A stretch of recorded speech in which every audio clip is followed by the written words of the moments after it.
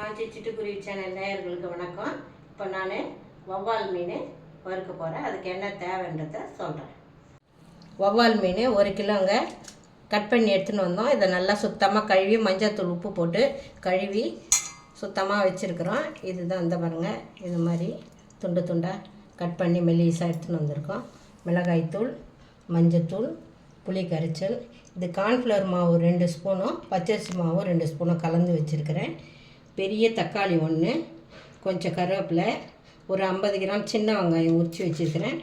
பூண்டு ஒரு 15 பல் இந்த பாருங்க உரித்து வச்சுருக்கிறேன்.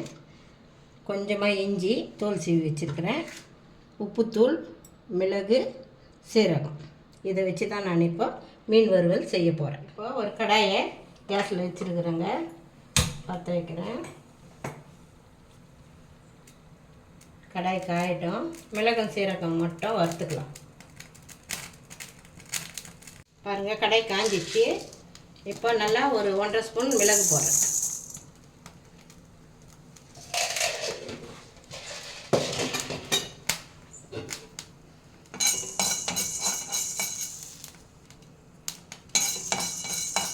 இது லேசாக பட்டு பட்டு வெடிஞ்சிச்சுன்னா அப்போ வறுபட்டு போச்சுன்னு அர்த்தம்.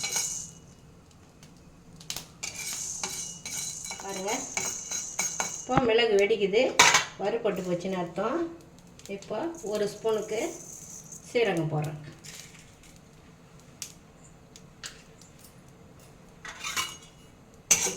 அதையும் வறுத்துக்கிறேன்.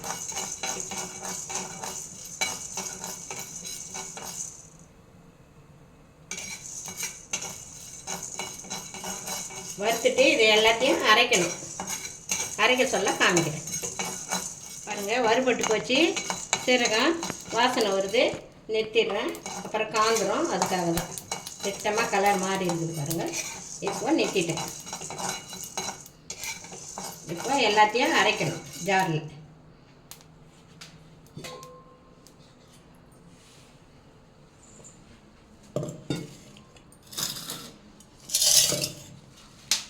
பாருங்கள், கருவேப்பிலை இவ்வளோ கருவேப்பிலை போடுறேன்.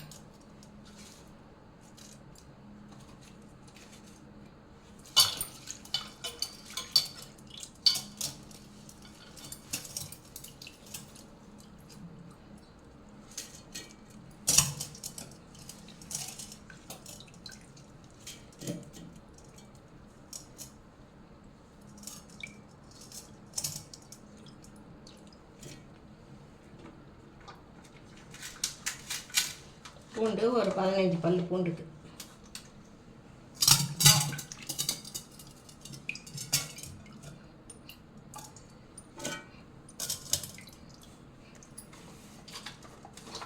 வெங்காயம் 50 கிராம் சின்ன வெங்காயம், சாம்பார் வெங்காயம்.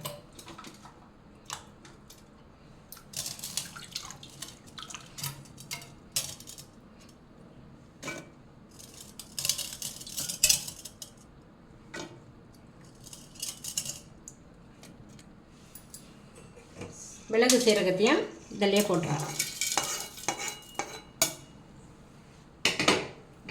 போட்டாச்சு. இப்போது மிளகாய்த்தூளும் இதிலே போட்டுறோம். 1, 2, 3, 4 ஸ்பூன் போடுறாங்க. ஏன்னா மிளகு காரம் இருக்கும், இஞ்சி காரம் இருக்கும், அதனால். மஞ்சத்தூள் ஒரு 1/2 ஸ்பூன் போடுறேன்.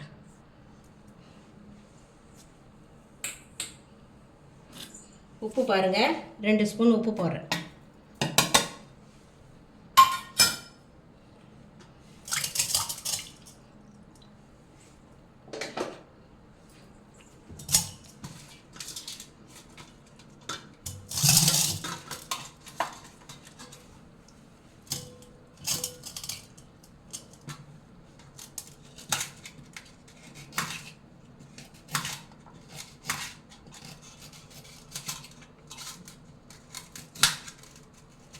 எல்லா மசாலாவையும் ஜாரில் போட்டுட்டேன்.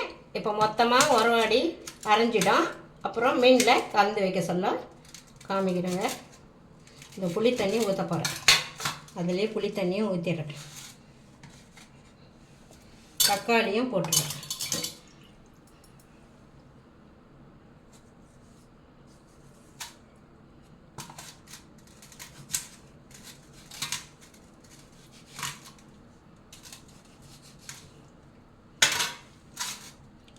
பாருங்கள், தக்காளியும் போட்டுறேன். புளி தண்ணி ஊற்றிடுறேன். புளி வந்து ஒரு சின்னதாக கொஞ்சமாக புளி, ஏன்னா கவுச்சி அடிக்காமல் இருக்கும், அதுக்காக தான் புளி தண்ணி.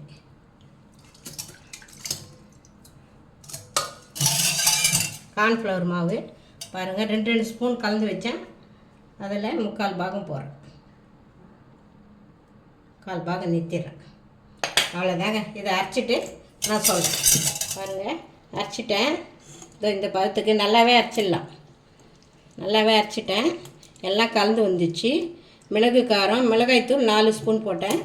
ஏன்னா மிளகு காரம் இருக்குது, அதனால் இப்போ வந்து மீனில் போட்டு கலக்க வேண்டியது தான் மசாலாவை.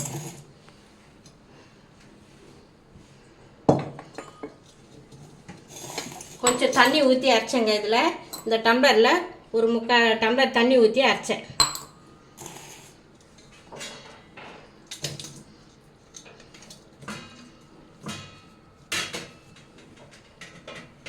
சுத்தமாக மஞ்சள்தூள் உப்பு போட்டு கழுவி வச்சுருக்கேன்.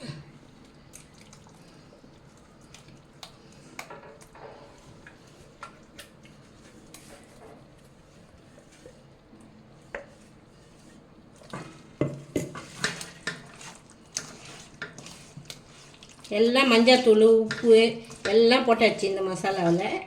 இதை அப்படியே கலக்க வேண்டியது தான். உங்களுக்கு நேரம் இருந்தால் ஒரு 1/2 மணி நேரம் ஊற வச்சு வறுக்கலாம். நான் இப்போ டைம் இல்லை, அதனால் நான் இப்போ உடனே போட்டு காமிக்கிறேன் உங்களுக்கு.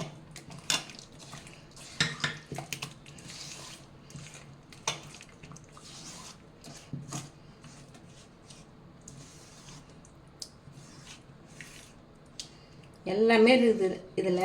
இஞ்சி, பூண்டு, மிளகு, சீரகம் எல்லாம் இருக்குது. கருவேப்பிலையும் அரைச்சிட்டோம். அப்படியே வறுக்க வேண்டியது தான். நல்லா கலந்து வச்சுட்டேன். இப்போ தோசைக்கல்ல கேஸில் வச்சு கேஸை பற்ற வைக்கிறேன். எண்ணெய் நல்லெண்ணெயில் தான் வறுக்க போகிறேன். நல்லெண்ணெய் கல் காயட்டும். பாருங்கள், தோசைக்கல் காஞ்சிச்சு. இப்போது எண்ணெய் ஊற்றுறேன், நல்லெண்ணெய்.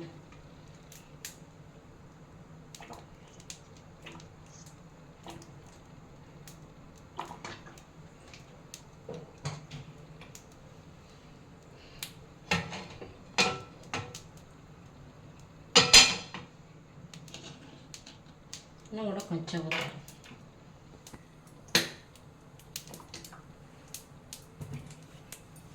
டீ வந்து கொஞ்சம் குறைச்சி வச்சுக்கலாம்.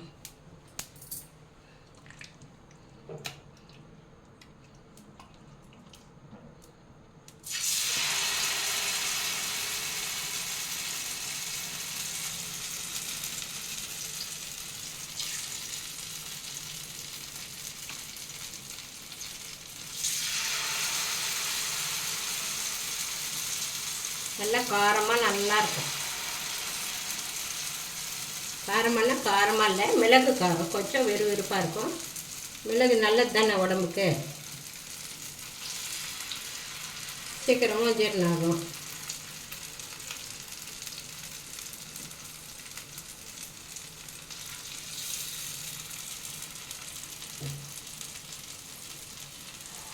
அப்படியே வேகட்டுங்க. திருப்ப சொல்ல நான் காமிக்கிறேன். பாருங்கள், ஒரு பக்கம் வெந்துச்சு. இப்போ திருப்பி போட போகிறேன். ரொம்ப அதிகமாகவும் தீ வைக்கக்கூடாது, ரொம்ப குறைச்சலாகவும் வைக்கக்கூடாது, மீடியமாக வைக்கணும். நான் திருப்ப சொல்ல இப்போ சிம்மில் வச்சுருக்கேன். ஏன்னா உள்ளெல்லாம் வெந்து வரணும், அதனால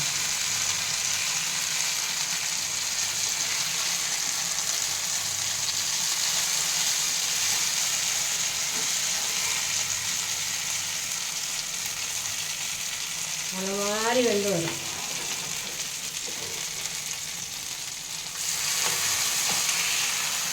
நம்ம வீட்டிலனா கடையில் வாங்கிறது அப்படி போட்டு எடுத்துருவாங்க. நம்ம வீட்டில் வந்து செய்யறது வந்து பொறுமையாக இருந்து செய்யலாம். அதனால் ஒன்றும் தப்பு இல்லை. உள்ளெல்லாம் நல்லா வெந்து வரும். அதுக்கு தான். இப்போ அதே மாதிரி இந்த பக்கம் வேகணும். அந்த பக்கம் எடுக்க சொல்கிறாங்க. இந்த பக்கம் வேகட்டும். பாருங்கள், இப்போது இந்த பக்கம் திருப்பி போட்டு வெந்து போச்சு. ஒரே மாதிரி ஆயிடுச்சு பாருங்கள். எடுத்துடுறேன். ரெண்டு பக்கம் ஈவனாக ஆயிடுச்சு. இந்த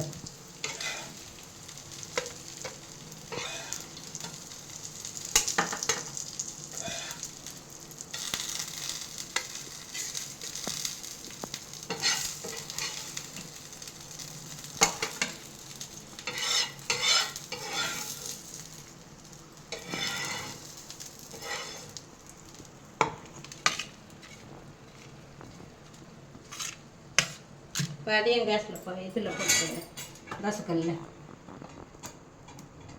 மீதி இருக்கிற மீனையும் போட்டுடுறேன்.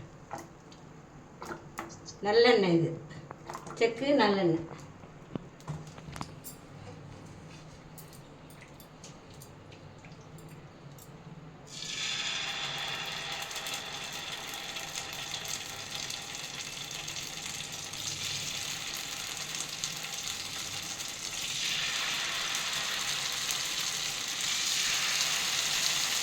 மீன் உடையாமல் வரத்துக்கு தான் பச்சரிசி மாவும் கார்ன்ஃப்ளவர் மாவும் போட்டுருக்குறேன்.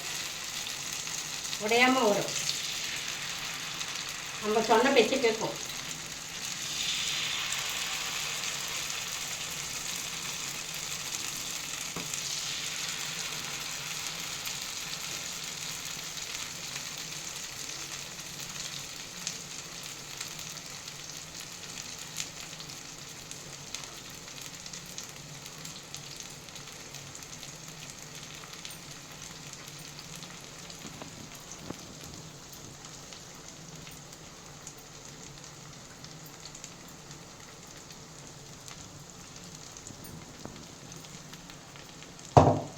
அப்படியே வேகட்டுங்க. பாருங்கள், மீன் வறுவல் ரெடி ஆகிடுச்சு. இதே மாதிரி செஞ்சு சாப்பிட்டு பார்த்துட்டு எப்படி இருக்குதுன்ட்டு எனக்கு கமெண்ட்டில் சொல்லுங்கள்.